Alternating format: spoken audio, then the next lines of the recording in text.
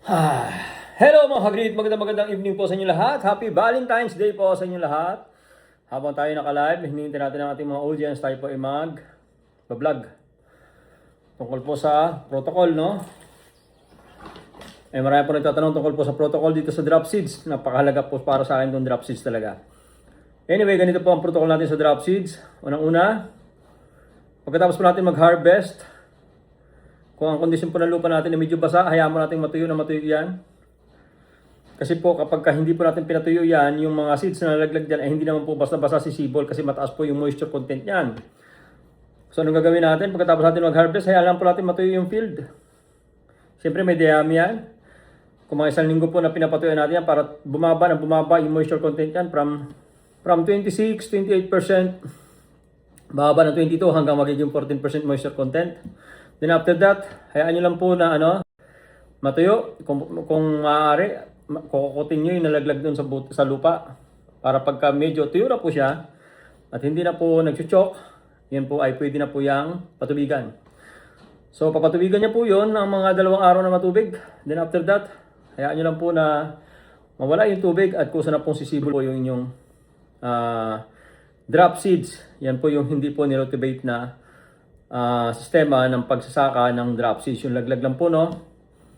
Then kapag dating po ng mga 15 days, ay pwede na po kayo mag-spray ng late post-emergent herbicide. So may mga dayami po yan, mga nakatayo. Kasi nga po, ayan po ay hindi nirotivate. So para sigurado po mamatay, ay nasa full dosage po ang ating gagamiting post-harvest, ay post-emergent herbicide. So ang mga choices nyo po dyan is marami po tayong mga choices dyan na tinatawag na post-emergent herbicide, no? Master ng Crop King Chemicals. Meron ding Pizero. Marami pong choices.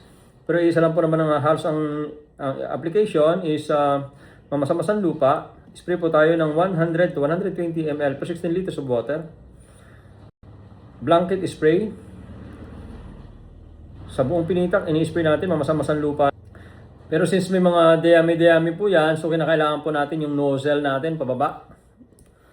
Pababa po talaga yung nozzle natin, fan type. Maaari lang pang herbicide talaga. Din-spray natin ng maigi po yan. Titingnan po natin, dapat po nakalitaw lang po yung dulo ng dahon nun.